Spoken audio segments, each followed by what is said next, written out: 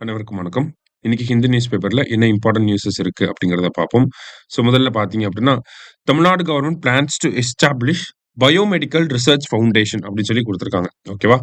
So இந்த biomedical research foundation பார்த்தீங்கன்னா, Kalaignar centenary integrated biomedical research foundation அப்படிங்கிற இந்த ஒரு ரிசர்ச் பண்றதுக்காக ஒரு ரிசர்ச் ஃபவுண்டேஷன் அப்படிங்கிறத கொண்டு வந்திருக்காங்க. மெடிக்கல் டிபார்ட்மெண்ட்டோட ஹெல்த் அண்ட் ஃபேமிலி வெல்ஃபேர் டிபார்ட்மெண்ட்டோட ஒரு டைரக்டரேட்டா இருக்கக்கூடிய directorate of medical education and research இதுக்கு கீழ தான் இந்த பயோமெடிக்கல் ரிசர்ச் ஃபவுண்டேஷன் வரப்போகுது. எதுக்காக இந்த பயோமெடிக்கல் ரிசர்ச் ஃபவுண்டேஷன் அப்படின்னா, குரோயிங் டிசீசஸ் வந்து நெறைய டெவலப் ஆயிட்டே இருக்கு இல்லையா? ஸோ இந்த டிசீசஸ பத்தி அண்டர்ஸ்டாண்ட் பண்ணிக்கிறதுக்காகவும், அந்த டிசீசஸோட ட்ரீட்மெண்ட்டுக்கு தேவையான டெக்னாலஜிஸ வந்து நம்ப டெவலப் பண்றதுக்காகவும், இந்த ஒரு பயோமெடிக்கல் ரிசர்ச் ஃபவுண்டேஷன் அப்படிங்கிறத தமிழ்நாடு கவர்ன்மெண்ட் ஃபார்ம் பண்ணியிருக்காங்க. சரியா? ஸோ இனிஷியலா அதுக்கு ஒரு ரூ. 10,00,000 நிதி ஒதுக்கீடு செஞ்சிருக்காங்க. ஸோ இது இனிஷியல் கிராண்ட் தான். இன்னும் அதிகமா ரிசர்ச் அண்ட் டெவலப்மென்ட்ன்னு வரப்ப அதிகமா நிதி ஒதுக்கீடு செய்வாங்க. சரியா? ஸோ அப்ப எதுக்காக ஒரு தமிழ்நாட்டுல இருக்கக்கூடிய டிசீசஸ் பத்தின ஒரு ஸ்டடிய பண்றதுக்காகவும், அந்த டிசீஸ்க்கு தேவையான ட்ரீட்மென்ட்க்கு தேவைப்படக்கூடிய டெக்னாலஜிஸ டெவலப் பண்றதுக்காகவும் தான் இந்த ஒரு விஷயத்த தமிழ்நாடு கவர்ன்மெண்ட் வந்து ஸ்டார்ட் பண்ணியிருக்காங்க. சரியா? இந்த ஒரு பயோமெடிக்கல் ரிசர்ச் ஃபவுண்டேஷன் அப்படிங்கிறது. சரியா? ஸோ அதுதான் நம்ம முதல் செய்தியில பார்க்குறோம். அடுத்ததா பார்த்தீங்க அப்படின்னா, நமக்கு இந்த இடத்துல தெலுங்கானாவ சேர்ந்த ஒரு முக்கியமான என்விரான்மென்டலிஸ்ட் யாரு அப்படின்னு பார்த்தீங்கன்னா, தாரிப்பள்ளி ராமையா அப்படின்னு சொல்லுவாங்க. அதாவது தாரிப்பள்ளி ராமையா, இவர பொதுவா எப்படி கூப்பிடுவாங்கன்னா, வனஜீவி ராமையா அப்படின்னு சொல்லுவாங்க. அதாவது ட்ரீ கவர இன்கிரீஸ் பண்றதுக்கு இவர் வந்து நெறைய இனிஷியேட்டிவ்ஸ் வந்து எடுத்திருப்பார். ஓகேங்களா? ஒரு தனி மனிதரா இருந்து ட்ரீ கவர வந்து இன்கிரீஸ் பண்றதுக்காக மோர் தேன் 1 crore சாப்லிங்ஸ வந்து பிளான் பண்ணியிருப்பாரு. இந்த மாரி நெறைய ஆக்டிவிட்டீஸ் வந்து பண்ணியிருப்பார். ஸோ அவரு சமீபத்தில இறந்துட்டார். அவர பத்தி நம்ம தெரிஞ்சுக்கிறோம். தெலுங்கானாவ சேர்ந்தவர் வனஜீவி ராமையா அப்படின்னு சொல்லுவாங்க. வனஜீவி அப்படிங்கிறப்பயே தெரியுது. ட்ரீ கவர இன்கிரீஸ் பண்றதுக்காக ஒர்க் பண்ணியிருக்கார் அப்படிங்கிறது. சரியா? அடுத்ததா பார்த்தீங்க அப்படின்னா, நமக்கு தமிழ்நாடு கவர்னர் ரிலேட்டடா ஒரு ஜட்ஜ்மென்ட் வந்துச்சு. அத காம்ப்ரிஹென்சிவா தனியா பார்ப்போம். அதுக்கு முன்னாடி இருக்கக்கூடிய நியூஸஸ பார்த்துருவோம். அதுல இங்க பார்த்தீங்க அப்படின்னா, global carbon tax on shipping அப்படின்னு சொல்லி குடுத்துருக்காங்க. ஸோ ஷிப்பிங் ரிலேட்டடா ஒரு கார்பன் டாக்ஸ் அப்படிங்கிறத போட போறாங்க. சரியா? ஸோ வேர்ல்டு லெவல்ல பார்த்தீங்க அப்படின்னா, அ கார்பன் டாக்ஸேஷன் அப்படிங்கிறது ஒரு அடுத்த டாக்ஸேஷன்ல நெக்ஸ்ட் திங் அப்படின்னு பார்த்தீங்கன்னா, அது குளோபல் லெவல்ல கார்பன் டாக்ஸேஷனா தான் இருக்கு. கார்பன் டாக்ஸ் அப்படிங்கிறத எல்லாருமே இம்போஸ் பண்ணிட்டு இருக்காங்க. அந்த வகையில பார்த்தீங்கன்னா, இந்த இடத்துல இந்த நியூஸ்ல பர்ட்டிகுலரா எத பத்தி பார்க்க போறோம் அப்படின்னா, ஸ் ஷிப்பிங் இண்டஸ்ட்ரி இருக்கு இல்லையா? Shipping sector. ஸோ இந்த ஷிப்பிங் செக்டார் மேல ஒரு கார்பன் டாக்ஸ் அப்படிங்கிறத போடப் போறாங்க. ஓகேவா? ஸோ இதற்கான ஒரு முடிவு அப்படிங்கிறது இன்டர்நேஷனல் மேரிடைம் ஆர்கனைசேஷனோட ஹெட் குவார்ட்டர்ஸ் லண்டன்ல நேத்து முடிவெடுக்கப்பட்டிருக்கு. சரிங்களா? ஸோ இந்தியாவும் இந்த global carbon tax on shipping அதுக்கு வந்து சப்போர்ட் பண்ணியிருக்காங்க. அதுக்கு ஃபேவரா நம்ம வோட் பண்ணியிருக்கோம். ஓகேவா? ஸோ என்ன ஒரு விஷயம் அப்படின்னு பார்த்தீங்கன்னா, நமக்கு இந்த கப்பல் போக்குவரத்து, கார்கோ டிரான்ஸ்போர்ட் இது எல்லாமே பார்த்தீங்கன்னா, அ பெரிய லார்ஜ் லெவல் கார்கோ டிரான்ஸ்போர்ட் எல்லாமே ஷிப்பிங் வழியா தான் நடக்குது. அப்ப அந்த ஷிப்பிங் செக்டார நம்ம டீகார்பனைஸ் பண்ணணும். ஓகேங்களா? அவங்க வெளியிடக்கூடிய அந்த கார்பன் உமிழ்வுகள கம்மி பண்ணணும். அதுக்கு அவங்க என்ன பண்ணணும்? லோ அ கார்பன் எமிட் பண்ணக்கூடிய ஃபியூயல்ஸ வந்து யூஸ் பண்ணணும். இந்த மாதிரி அவங்களோட அந்த இன்ஃப்ராஸ்ட்ரக்சர்ல கொஞ்சம் சேஞ்சஸ வந்து பண்ண வேண்டியது இருக்கும். ஓகேவா?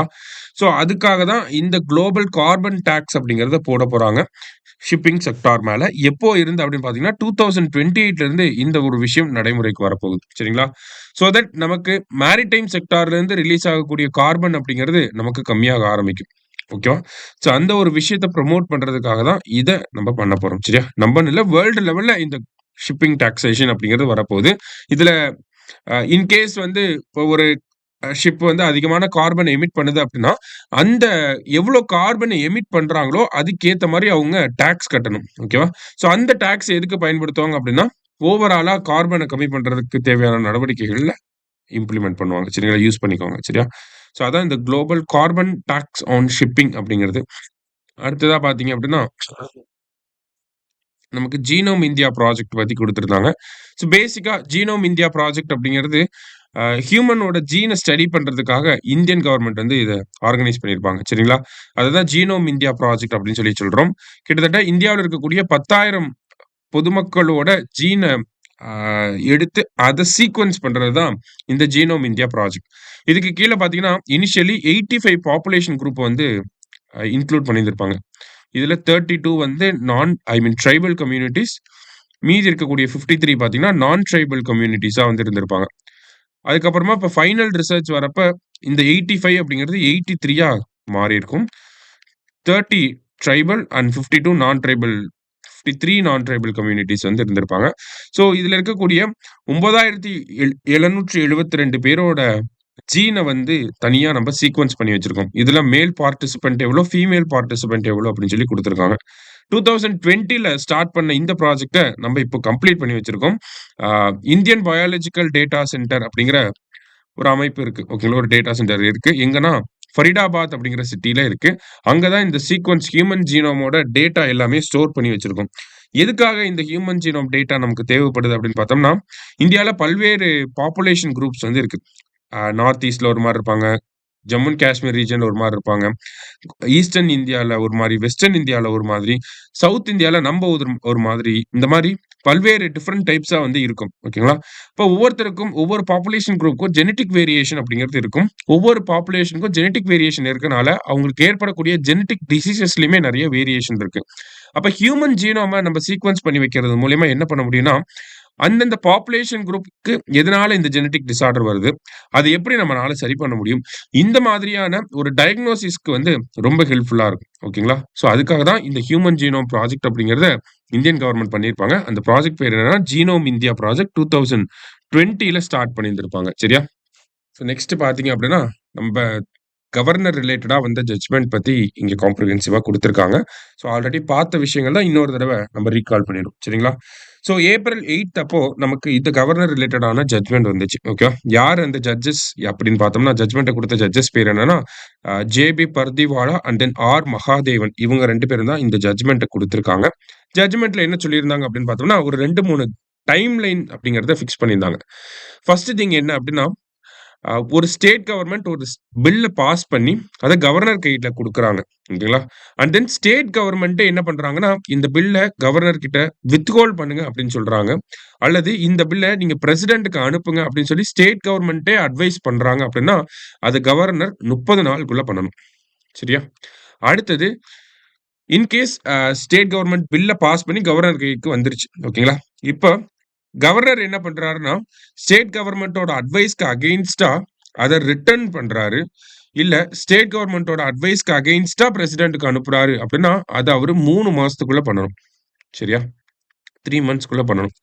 அடுத்தது இன்கேஸ் அவரு இப்ப ரிட்டர்ன் பண்ணிட்டாரு. பில்ல ரிட்டர்ன் பண்ணிட்டாரு. மறுபடியும் அந்த அசெம்பிளி பில்ல பாஸ் பண்ணி கவர்னர் கைக்கே குடுக்குறாங்க அப்படின்னா, அதுக்கு அவரு கட்டாயம் ஒப்புதல் அளிச்சாகணும். சரிங்களா? He must ascent. அது எவ்வளவு நாளைக்குள்ள பண்ணணும் அப்படின்னா, 30 நாளைக்குள்ள அத பண்ணியாகணும். சரிங்களா? அடுத்ததா கவர்னர் அவர்கிட்ட வரக்கூடிய மசோதாவ ஃபர்ஸ்ட் டைம் வர்றது ஓகேங்களா? மசோதா பில் வந்து அவர்கிட்ட வருது. அத அவரு பிரசிடென்ட்க்கு அனுப்பலாம். ஓகேங்களா? பிரசிடென்ட்க்கு ரிசர்வ் பண்ண முடியும். அப்படி பிரசிடென்ட்க்கு ரிசர்வ் பண்றப்ப, பிரசிடென்ட் இந்த மசோதா மேல 3 மாசத்துக்குள்ள ஒரு முடிவு எடுக்கணும். ஒப்புதல் தரலாமா? வேண்டாமா? அப்படின்னு சொல்லி. இன்கேஸ் ஒப்புதல் தந்துட்டாரு அப்படின்னா, அது ஆக்ட்டா மாறிடும்.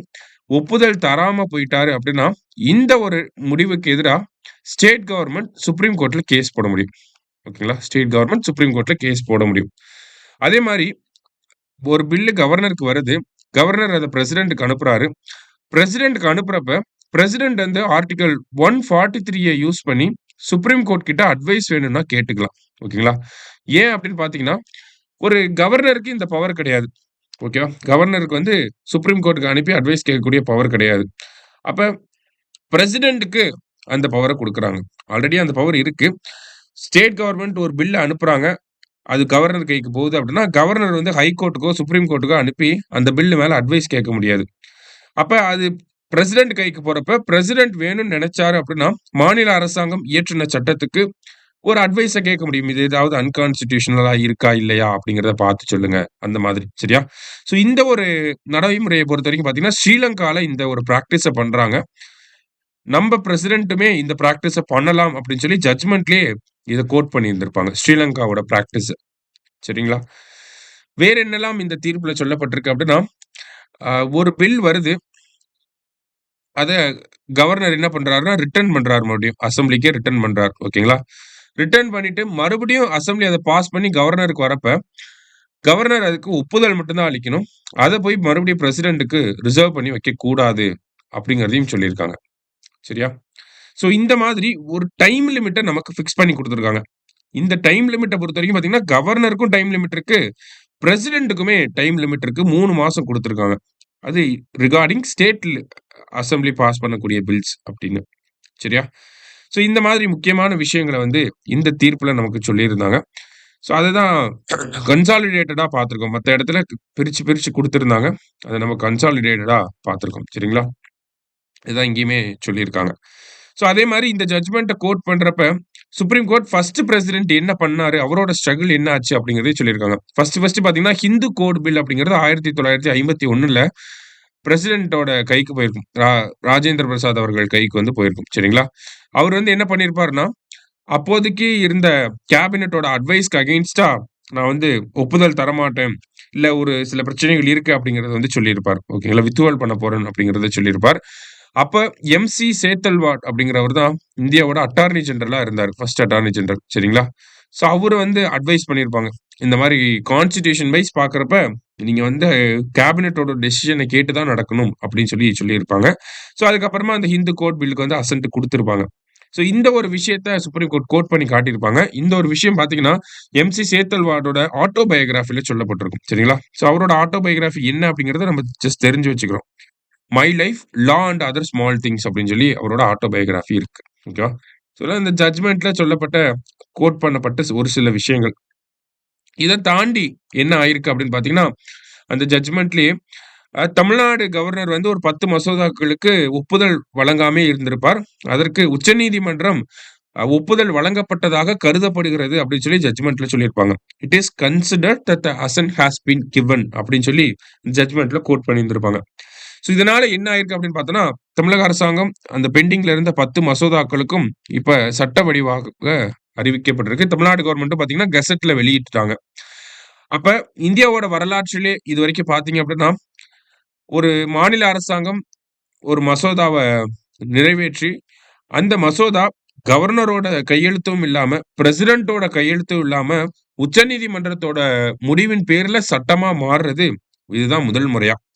ஸோ இந்த 10 சட்டங்கள் தான் கவர்னரோட அசென்ட்டும் இல்லாம, பிரசிடென்ட்டோட அசென்ட்டும் இல்லாம முதல் முறையா சட்டமா வந்திருக்கு. ஸோ அந்த ஒரு ஹிஸ்டாரிக்கல் திங்கும் நடந்திருக்கு. சரிங்களா? ஸோ இது எல்லாமே பார்த்தீங்கன்னா, அந்த ஜட்ஜ்மெண்ட் ரிலேட்டடா இருக்கக்கூடிய விஷயங்கள்.